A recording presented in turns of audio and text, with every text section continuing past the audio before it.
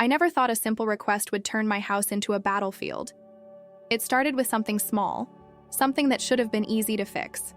But instead, it turned into days of arguments, tension, and a question I can't shake. Am I wrong for asking this? My daughter came to me, uncomfortable, and I wanted to help. But my husband? He saw it differently. Now I feel trapped between my marriage and my responsibility as a mother. Am I overreacting? Or is he refusing to see the bigger picture? I need to know. Was I wrong for standing my ground? Life has a way of throwing unexpected challenges at us. I never imagined I'd lose my husband when my daughter was just 2 years old. It was sudden, heartbreaking, and for a long time, it was just the two of us, me and Emma. She became my whole world, and I did everything I could to make her feel safe and loved. Then a few years ago, I met David. He had also experienced loss. His wife had passed away when their twin boys, Ethan and Noah, were only 5. When we met, it felt like we understood each other in a way others couldn't. We knew what it was like to grieve, to raise children alone, to feel the weight of responsibilities on our shoulders. Blending our families wasn't easy, but we made it work. Emma, now 14, had always been an only child, and suddenly she had 2 younger stepbrothers running around. They were loud, full of energy, and nothing like her. But over time, they adjusted to each other. We all did. David and I got married, and our home became a mix of chaos and warmth. There were moments of laughter, sibling bickering, and late-night talks between the two of us about how to make sure all 3 kids felt equally loved. For the most part, we had a good balance. The boys were used to their dad's way of doing things, and Emma had her routines. We all had our quirks, and we respected them. But there was one thing I hadn't thought about, something so small that it never even crossed my mind. David had always been comfortable in his own skin. In a house full of boys, it was normal for him to step out of the bathroom after a shower without a second thought. It was just him and his sons before I came along, before Emma was here. And now, what once seemed normal was about to become a problem. David had never been the modest type. He wasn't walking around the house naked all day or anything. But after a shower, he had this habit of stepping out of the bathroom without bothering to grab a towel first.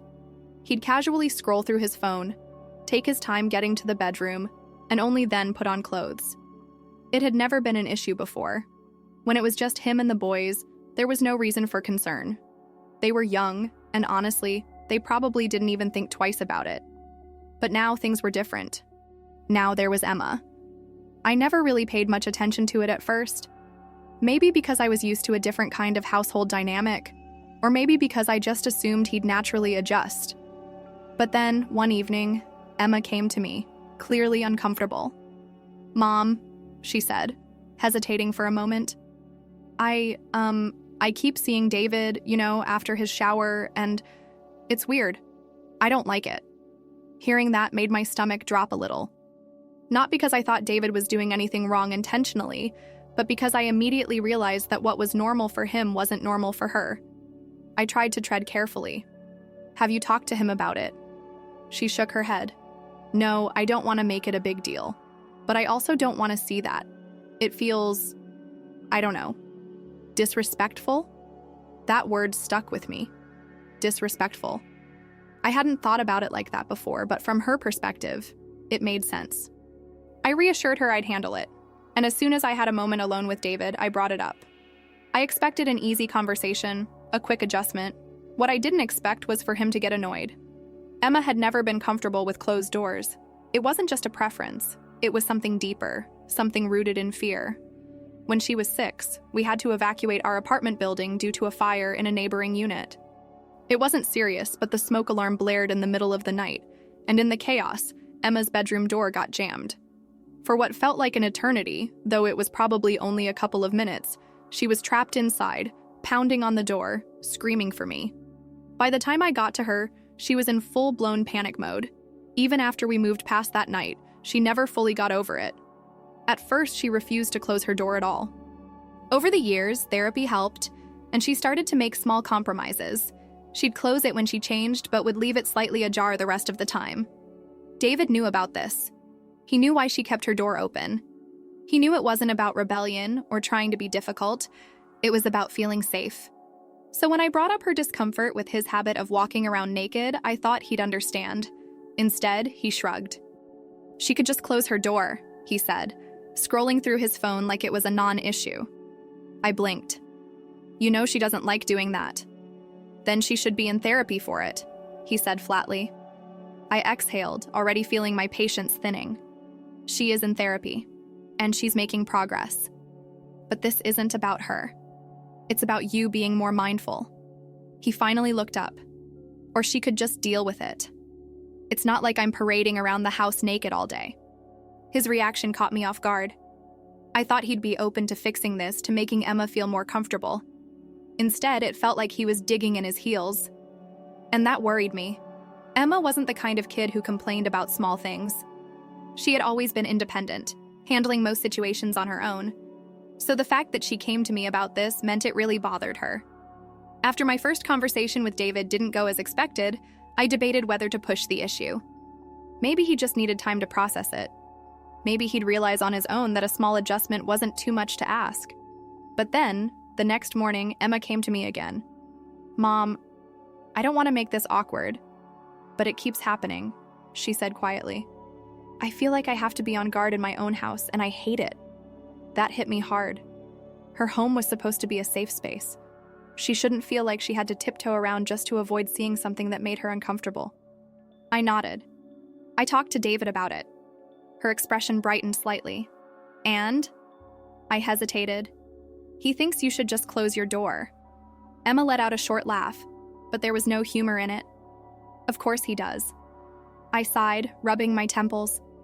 I know that's not fair to you, and I'm not saying you have to. I don't know why he's being so stubborn about this. She was quiet for a moment. Then, she said something that made my heart ache. I don't want you guys to fight about it. If it's going to cause a big thing, I can just deal with it. That was the last thing I wanted. I didn't want her to feel like her comfort wasn't a priority. I didn't want her to feel like she had to sacrifice her feelings just to keep the peace. I needed to talk to David again. And this time, I wasn't going to let him brush it off. That night, after the kids were in bed, I sat down with David again. This time, I wasn't just bringing it up casually. I needed him to understand that this wasn't something Emma could just deal with. I need you to take this seriously, I said, keeping my voice calm but firm. She feels uncomfortable, David. That should be enough of a reason to make a small change. He sighed, setting his phone down. I don't get why this is such a big deal. It's not like I'm doing it on purpose. I know that, I said. But it's still happening, and it's making her feel weird in her own home. He ran a hand through his hair, clearly frustrated. She's acting like I'm some kind of creep. I'm not walking into her room naked. I'm just walking from the bathroom to our bedroom. That's it. She's not saying you're a creep, I replied quickly. She just doesn't want to see you like that. And honestly, I get it. She's a teenage girl, David. She's not a little kid anymore. She sees you as a father figure, and seeing you naked, even by accident, is uncomfortable for her. He shook his head. So she gets to dictate what I do in my own house? I stared at him. Are you seriously acting like this is some kind of attack on you? This isn't about taking sides, it's about basic respect. His jaw tightened. If she doesn't want to see me naked, she should close her door. Problem solved. I exhaled slowly, trying to stay patient. You know why she doesn't like doing that? Then she needs more therapy, he muttered. That stung.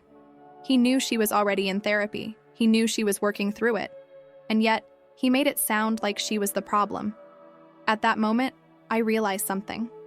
This wasn't just about a habit. This was about his unwillingness to change, even when it made someone he cared about uncomfortable. And I wasn't sure how to fix that. I woke up the next morning still unsettled. David's reaction hadn't sat right with me. I kept replaying our conversation in my head, hoping I had missed something, some sign that he understood where I was coming from. But the more I thought about it, the more I realized that he wasn't budging. Later that day, I tried again.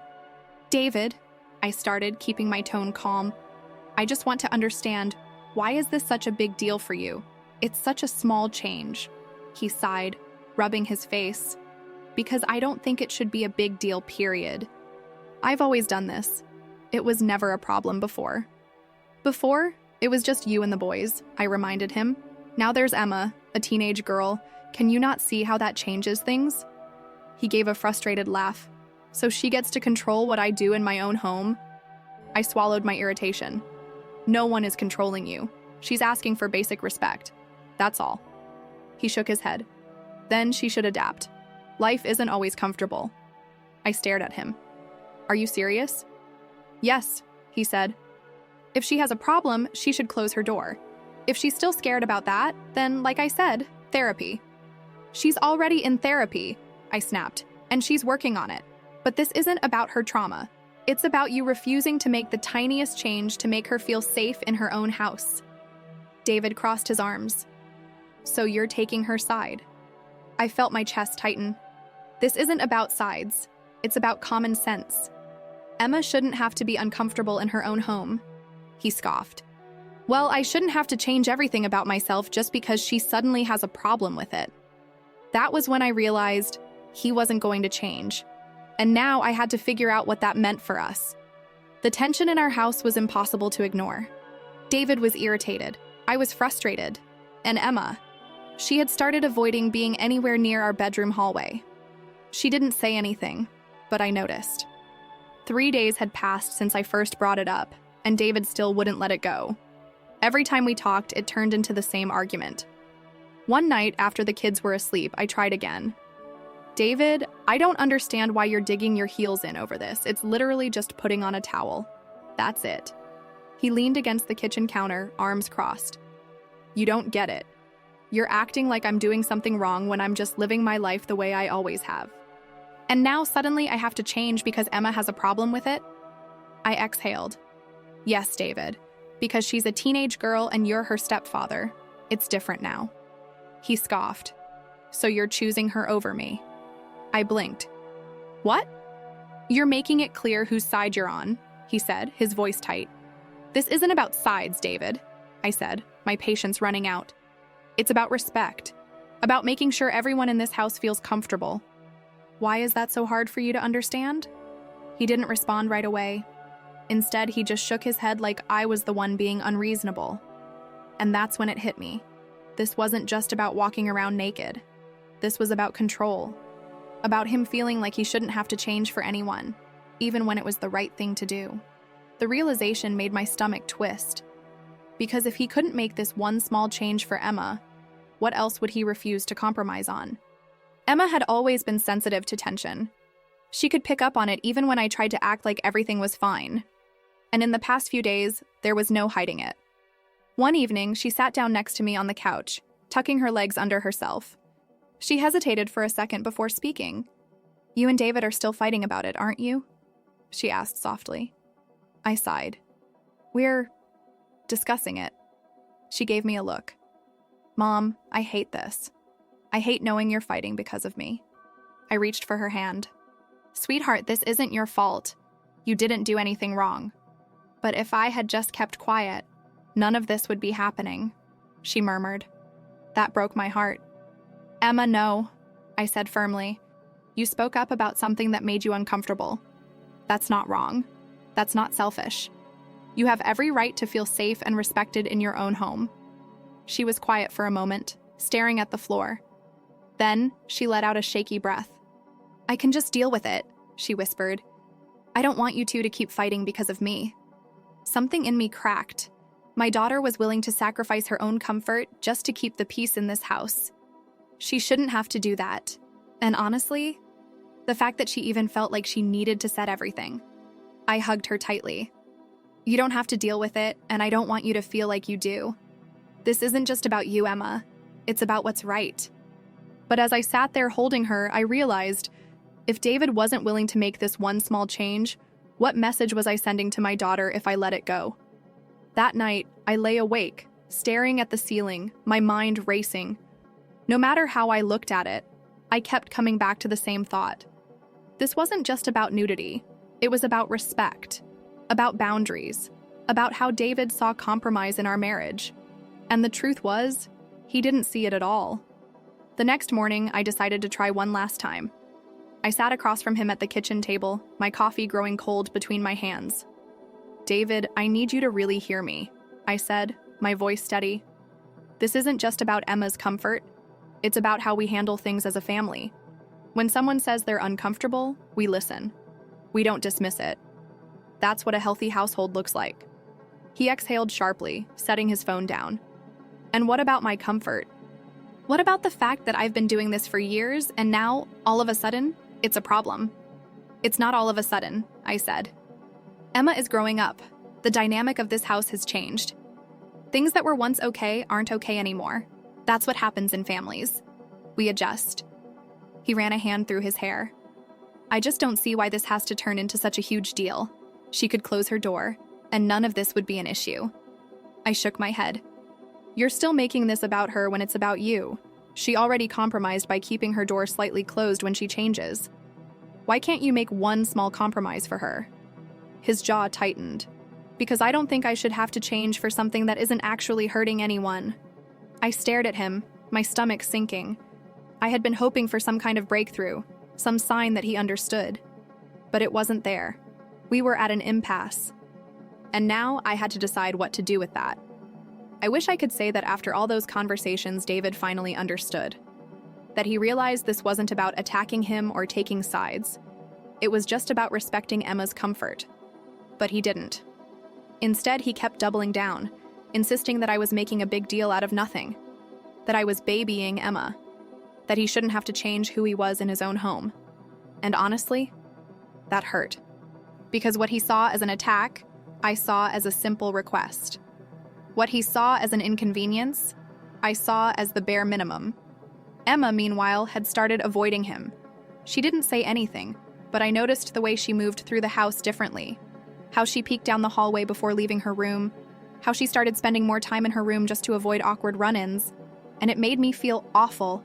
She wasn't the problem. She never was. She was just a teenage girl, asking for basic boundaries in a home that was supposed to be her safe space. And the fact that she felt like she had to just deal with it told me everything I needed to know about how this situation was affecting her. I still don't know what to do next. I love David, but this situation has made me see him in a different light.